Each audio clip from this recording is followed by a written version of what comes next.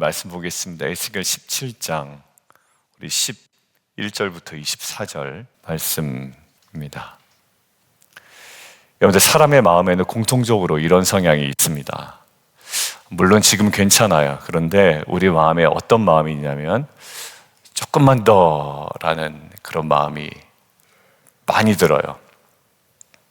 조금 더 안정이 되면 좋겠고, 조금 더 높아지면 좋겠고, 조금 더 편안해지면 좋겠고, 조금 더 화려해지면 좋겠고, 조금 더 삶이 재밌어지면 좋겠습니다.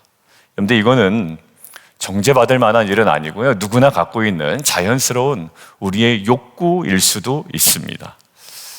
그런데 이 조금 더라는 이 마음이 때로는 우리의 삶의 진보, 우리의 삶의 성장을 이끄는 힘이 되기도 하지만 항상 좋은 용도로만 쓰이는 감정과 생각은 아니다라는 생각이 들었습니다.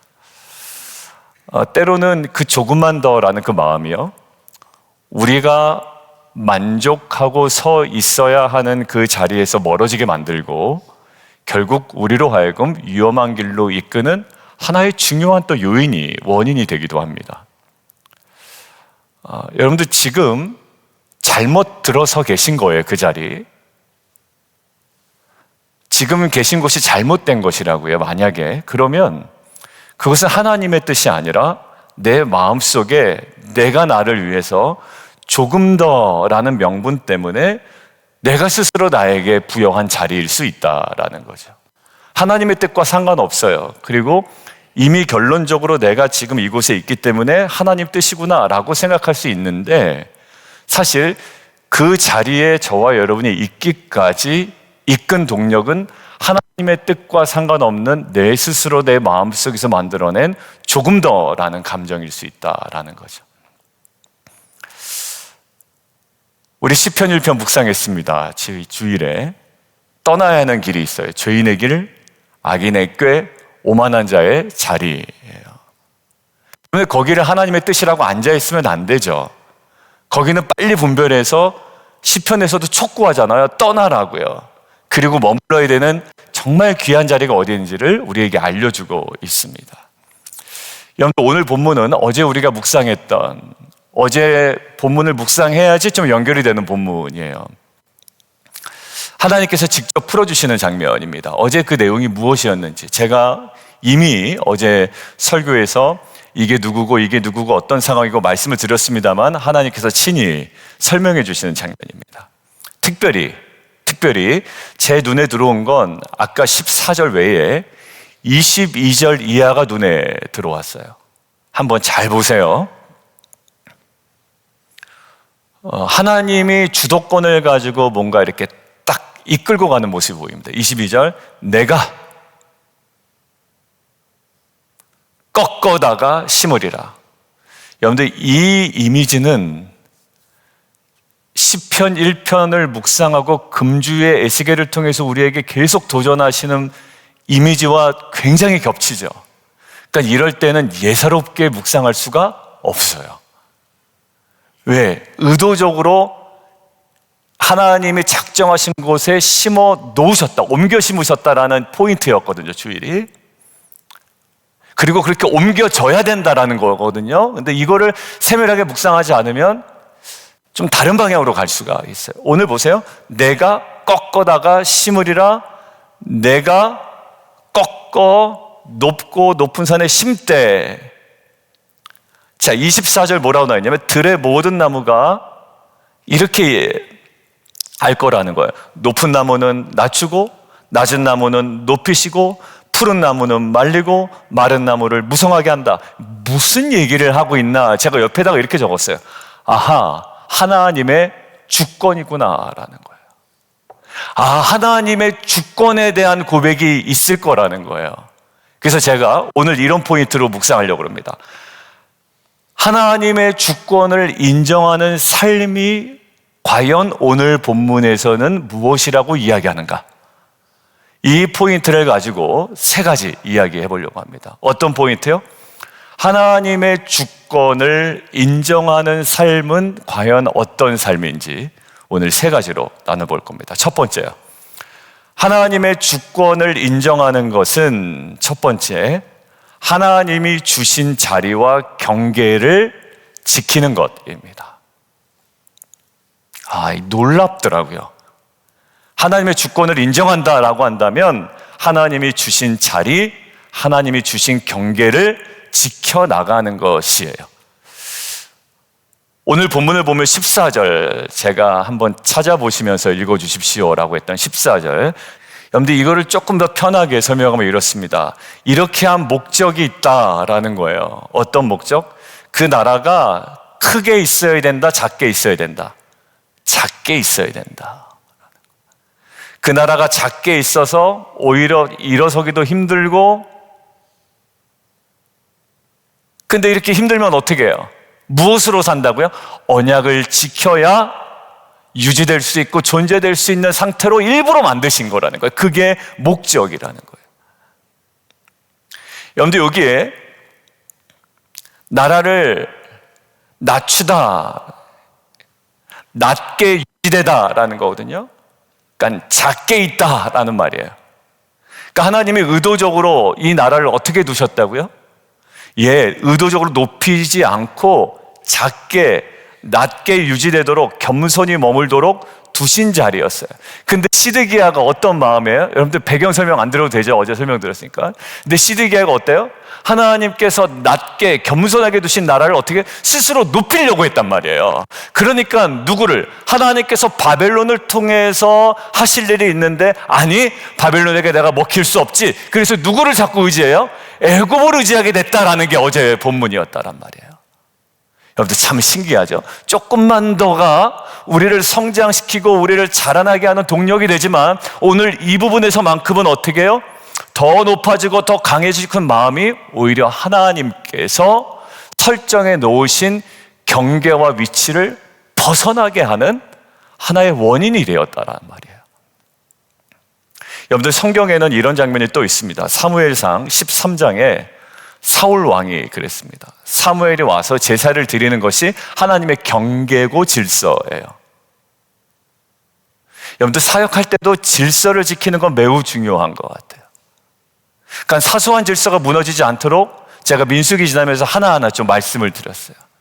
일부 예배 때는 만약에 교사들이 예배를 못 드는 경우에 반드시 2부 예배 때 오고, 아무것도 아닌 거거든요. 근데 그 질서, 그리고 위에 섬기시는 분들이 그냥 예배 드리고 일부 예배 중간에 나갔다 그냥 위에서 막 만지면서 예배를 드리면 안 될 것 같아서 완전히 예배를 드리도록 일부 예배 때. 그게 그 경계예요. 우리가 반드시 지켜야 되는 즐거움이라고 그랬죠, 주일날.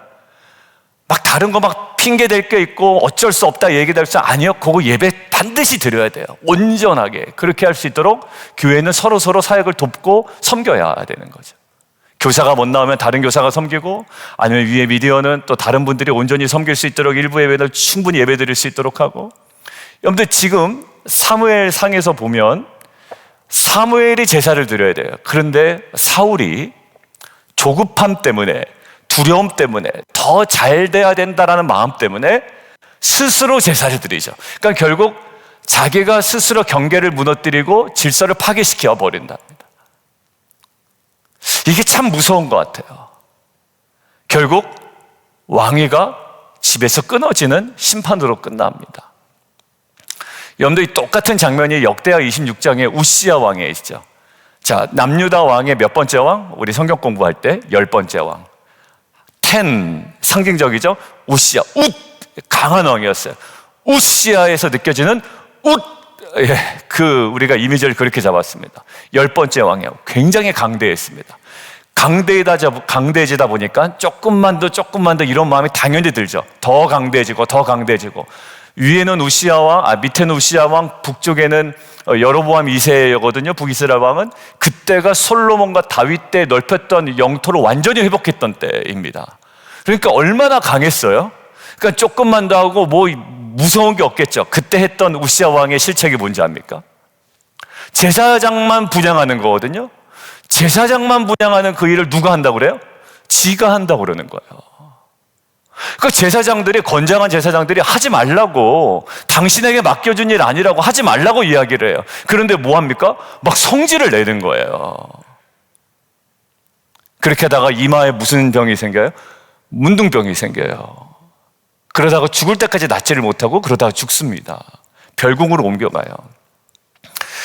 여러분들, 하나님이 주신 자리가 때로는 작아 보일 수 있습니다. 하나님께서 정해주신 경계가 답답하게 느껴질 수가 있어요. 그러나 그 자리는 하나님께서 주신 자리인 줄 믿습니다. 그 경계는 하나님이 지켜주시는 울타리인 줄 믿습니다. 여러분들, 내 스스로 제사 못 드리게 하는 건요, 사울을 보호하기 위한 하나님의 방법이었어요. 우시아를 보호하기 위한 하나님의 경계였다. 근데 그 경계를 막 자기 마음대로 넘어들어요. 더 높이, 더 멀리, 더 화려하게, 더 재밌게 가고 싶은 마음이 있죠. 그런데 있어야 할 자리에서 신실하게 서는 것이 더 중요한 줄 믿습니다. 우리가 높아지면 그가 낮추시고요, 우리가 낮아지면 주님께서 때가 되어 우리를 높여주실 줄 믿습니다. 사랑하는 성도 여러분, 하나님께서 주신 자리와 경계를 지키고 그 질서를 지켜나가고 겸손과 신실함으로 주권을 인정하는 우리가 되기를 주님의 이름으로 축원드립니다. 여러분들, 이곳에 가장 중요한 모델이 되신 분이 예수님이에요. 예수님은요, 자기 마음대로 하실 수 있는 분입니다. 왜? 능력이 있으신 분이기 때문에. 그런데요, 절해봐라, 돌을 떡으로 만들어봐라, 막 그 와중에 있지만 그 경계를 무너뜨리지 않으세요. 뭐라고 말씀하시나요?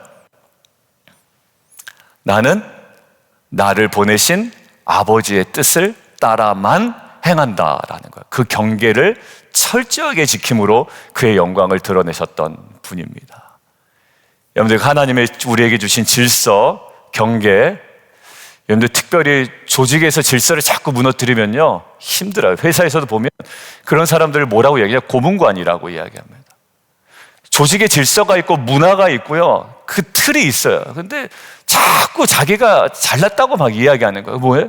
고문관입니다. 그 사람 하나 케어하느라고 온 조직이 힘들게 눈치 보고 있단 말이에요. 그 사람을 어떻게 해요? 경계를 자꾸 무너뜨립니다. 여러분들, 굉장히 세밀한 말씀입니다. 때로는 조직의 전통을 과감하게 깨야 될 때가 있어요. 핵심 뭡니까? 하나님의 질서와 경계와 하나님의 뜻 가운데 분별함을 통해.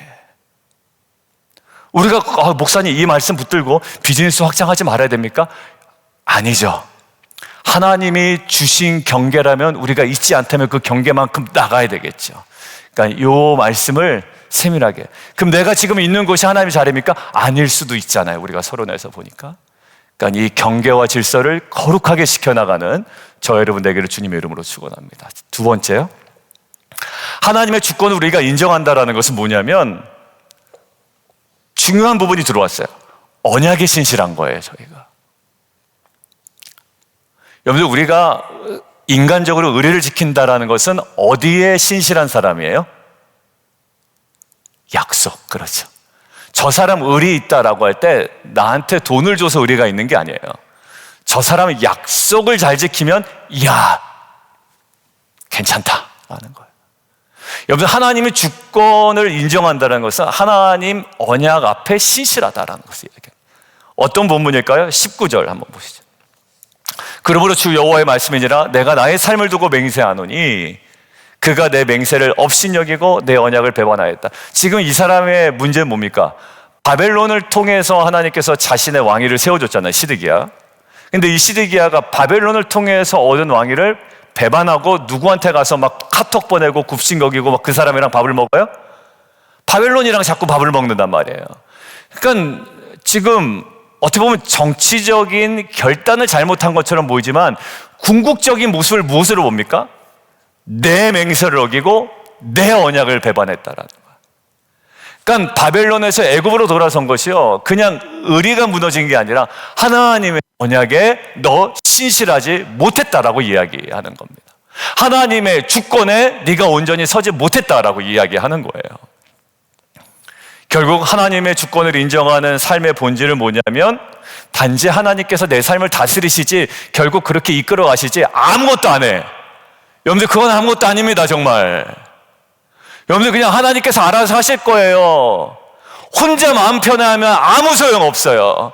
하나님의 주권을 인정하는 만큼 나는 어디에? 하나님의 언약과 말씀에 신실하게 따라가는 삶이 있어야 된다라는 거예요. 느헤미야 13장 사건과 너무 닮았습니다. 느헤미야 13장 무슨 장면 나와요? 느헤미야가 보니까 너무 말도 안 되는 일이 벌어진 거예요. 이전에 하나님의 이 백성들, 이스라엘 백성들이 어떻게 언약을 했냐면 절대로 뭐 하겠다고요? 새벽기도 빠지지 않겠습니다. 우리 교회는 기도로 세운 교회니까 기도 자리에 빠지지 않겠습니다. 저는 다른 것이 우선순위가 있더라도 기도 꼭 하겠습니다 라고 할 정도로 뭐라고요? 절대로 이방인과 혼인하지 않겠습니다라고 약속했던 자들이에요. 그 이방인과의 혼인은 어떤 의미의 혼인인지 알 거예요. 모세도 이방인 여인과 함께 했지만 이방 결혼의 문제는 뭡니까? 그것 때문에 영적인 부분이 완전히 망가지는 거거든요. 근데 그 사람들이 다 약속을 어기고 어떻게 해요? 이방 여인들과 심지어 리더까지도. 리더가 분명히 약속을 했단 말이에요. 우리 교회는 이런 교회입니다.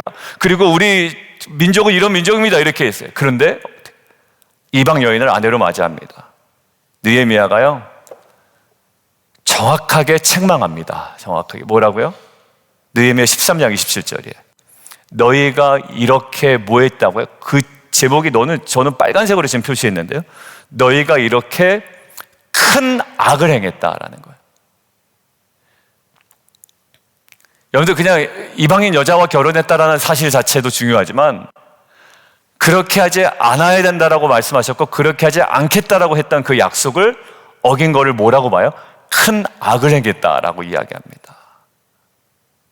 단순히 결혼의 잘못이 아니라 하나님과 한 언약을 깨뜨린 것이었습니다. 하나님 보시기에 큰 악이었습니다. 여러분들 하나님의 주권을 인정하는 삶은 하나님 앞에서 한 약속을 하나님께 허락하신 언약을 끝까지 지키는 삶인 줄 믿습니다. 하나님께서 저희 가정에 이런 약속의 말씀을 주셨어요 라고 하고 그냥 웃고 계시는 분이 있으면 안 돼요. 뭐 말씀 하나 발견했다고 그 발견한 말씀이 우리 가정에 이루어지는 거 아닙니다. 우리에게 계속 요구하시는 그 말씀 앞에 신실하라, 그 말씀을 소망 삼아 살아가라, 인내하라, 버텨라 이 얘기를 하는 거예요. 근데 말씀은 계속 오는데 기존의 애굽의 습관대로 투정 부리고 불평하고 막 감정 따라 살고 이거는 말이 안 되는 거잖아요. 무엇을? 하나님의 주권을 인정한다고 하면 첫 번째 말씀에 굉장히 선명하게 서 있어야 되고 그 말씀 앞에 신실하게 살아가야 됩니다. 여러분들 신앙은 말이 아니라 지켜내는 삶입니다. 작은 약속도 작은 순종도 소중히 여기십니다. 여러분들 하나님의 주권을 인정하고 하나님이 나의 주인이십니다 라는 이 고백을 하나님 말씀 앞에 신실한 언약의 삶으로 살아감을 통해 이루어가는 저 여러분 되기를 주님의 이름으로 축원합니다. 세 번째요. 하나님의 주권을 인정하는 삶은 어떤 사람인가 봤는데요. 오늘 22절부터 24절의 내용인데 하나님 나라가 세워지는 그 방식에 내가 순종하는 삶이에요. 하나님의 나라가 세워지는 방식에 순종하는 겁니다. 22절을 보면 이렇게 얘기하죠. 내가 백향목 꼭대기에서 높은 가지를 꺾어다가 심을 거야. 근데 그 높은 가지 끝에서 연한 가지를 꺾어서 그 솟은 산에 심을 거야. 그리고 장차 나무가 될 거야. 모든 새들이 그 아래 깃들이게 될 거야. 복음서에서도 나오죠. 이게 하나님 방식이에요. 하나님 나라를 세워나가는 방식이라고요. 처음부터 크고 화려하게 시작되지 않아요. 작고 연약해 보이는 가지에서부터 시작이 됩니다. 성경에서는 새순이라고 얘기하죠, 한국어로. 그래서 한국에는 어떤 교회가 많냐면 새순교회가 많습니다. 새순. 여러분들 그 나라는요, 하나님이 심으시고 하나님이 자라게 하시고 하나님께서 완성해 가시는데 항상 어떻게 해요? 예, 작고 연약해 보이는 것에서부터 시작돼요. 그래서 하나님 나라의 방식의 복음서에 뭐라고 나와 있나요? 하나님 나라는 뭐와 같다? 겨자씨와 같다라는 거예요. 자라나서 나무가 되매 온갖 새들이 와서 깃든다. 이 방식에 우리가 순종해가는 것이 하나님의 주권을 인정하는 삶이에요. 이사야서 11장에 이새의 줄기에서 뭐가 난대요? 큰 나무가 난다라고 그러죠? 아니에요. 이새의 줄기에서 한 싹이 난다라는 거예요. 하나님 나라는 이렇게 시작이 돼요. 그리고 스가랴서 3장, 이것도 메시아에 대한 예언이 있잖아요. 거기도 그 싹이라고 나와요. 그게 메시아에 대한 예언을 이야기합니다. 아까 말씀드린 대로 복음서에는 겨자씨와 같은 비유로 하나님의 나라를 이야기합니다. 저희 교회가 개척한 지 얼마 안 됐을 때, 여러분들 그냥 저희끼리니까 그냥 이해하고 들으십시오. 저희 교회의 가능성을 본 이 지역교회 어떤 목사님이 누구를 통해서 저를 만나자고 하셨어요. 그래서 그 교회와 우리 교회를 합치자고 이야기했습니다. 나는 조금 있으면 은퇴할 테니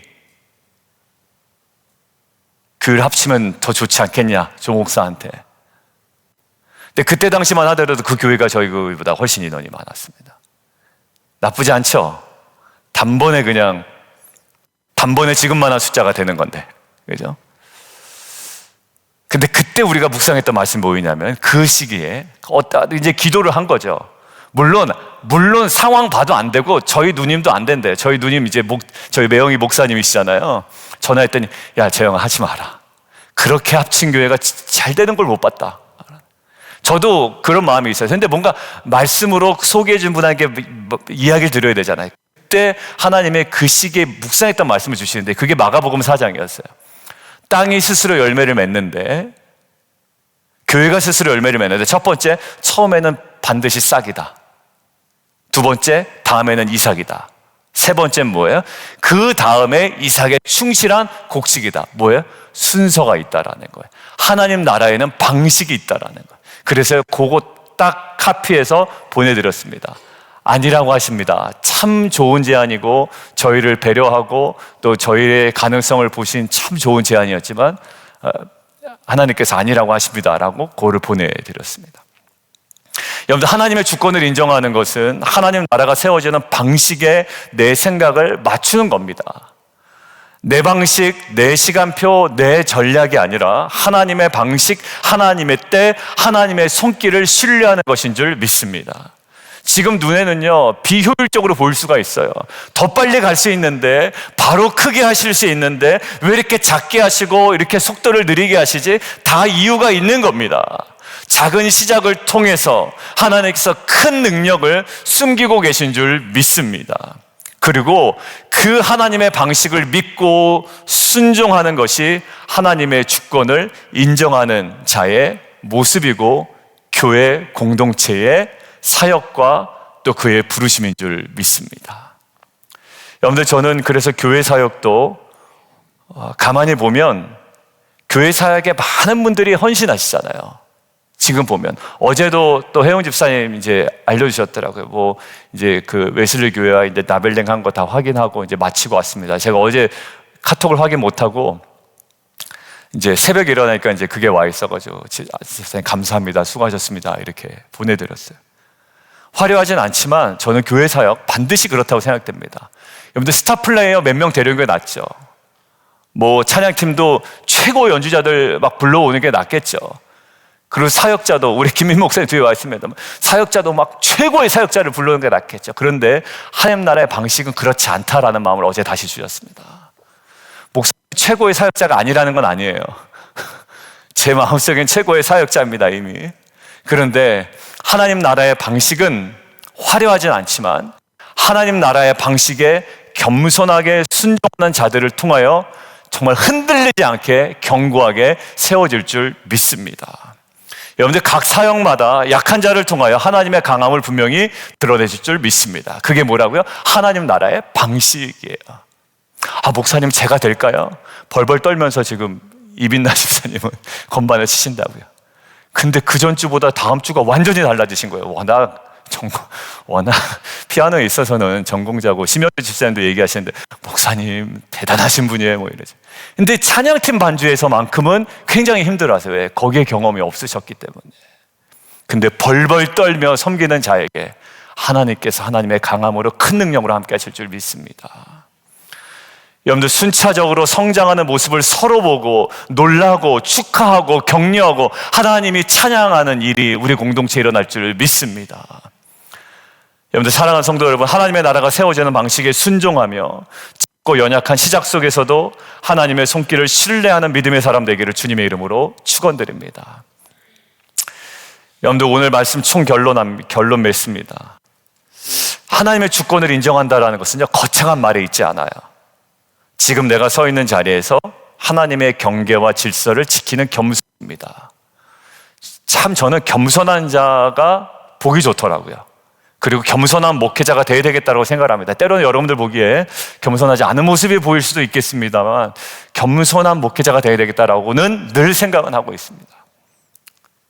하나님의 경계와 질서를 지키는. 두 번째, 하나님과의 언약, 말씀 앞에 끝까지 신실하게 서는 인내. 이게 하나님의 주권을 인정하는 거예요. 세 번째, 하나님의 나라가 세워지는 방식을 신뢰하며 순종하는 믿음입니다. 겸손, 인내, 믿음. 근데 시드기야는 더 높아지려고, 더 크려고, 더 편해지려고 했습니다. 그 마음이 하나님의 주권을 부정하는 일이 되어버렸다란 말이에요. 그러니까 여러분들 좀 더라고 여러분들을 도전하는 내면의 소리가 들릴 때 이것이 하나님의 주권 밖에 있는지 아니면 하나님의 주권 안에 있는지 우리가 세밀하게, 이제 우리 교회 공동체 정도 되면 이것도 교만하게 좀 들을 수 있는데 그 정도 되면 이제 분별하여 그 길을 멈추거나 또한 걸어갈 수 있는 저 여러분 되기를 주님의 이름으로 축원합니다. 하나님의 주신 자리와 약속을 지키는 저와 여러분의 오늘의 한 걸음이 세상의 눈에는 너무나도 작아 보여도 하나님 나라를 세워나가는 거룩한 걸음이 될 줄 믿습니다. 오늘부터 그 걸음을 다시 한번 새롭게 걸어나가는 저 여러분 되기를 주님의 이름으로 축원합니다. 함께 기도하겠습니다. 집사님들이 이제 금주에 이렇게 새벽 하면 목사님 뭐 어제 새벽 막 이러면서 이제 어제 이제 정명주 혜전자매도 그렇고 집사님들이 어제 새벽 말씀 막 저에게 하시는 말씀이었고 이렇게 얘기해요. 근데 남편도 들어야 되고 뭐 아내도 들어야 되고 뭐 누구도 들어야 되고 뭐 다 들어야 돼요. 저도 똑같은 마음이에요. 그런데 그냥 내가 듣고 내가 삶을 살아내면 하나님께서 말씀이 육신에 되어 순종으로 살아야 했던 저와 여러분의 삶을 통해서 또 가장 선하게 역사하실 줄 믿습니다. 우리가 이렇게 기도하죠. 더 높아지고 더 편해지고 더 화려해지는 욕심보다 하나님이 허락하신 자리를 분별하여, 이게 중요합니다. 분별하여 경계를 지키는 겸손을 허락하여 주옵소서. 두 번째, 손해가 와도 불편해도 내 마음이 흔들려도 하나님 언약 앞에 끝까지 신실하게 인내할 수 있는 마음을 허락하여 주옵소서. 세 번째, 내 계획과 내 시간표와 내 방식이 아니라 하나님께서 이루어 가시는 하나님의 방식과 때를 신뢰하는 믿음을 허락하여 주옵소서. 우리 주님 이름 세 번 부르고 함께 기도합니다.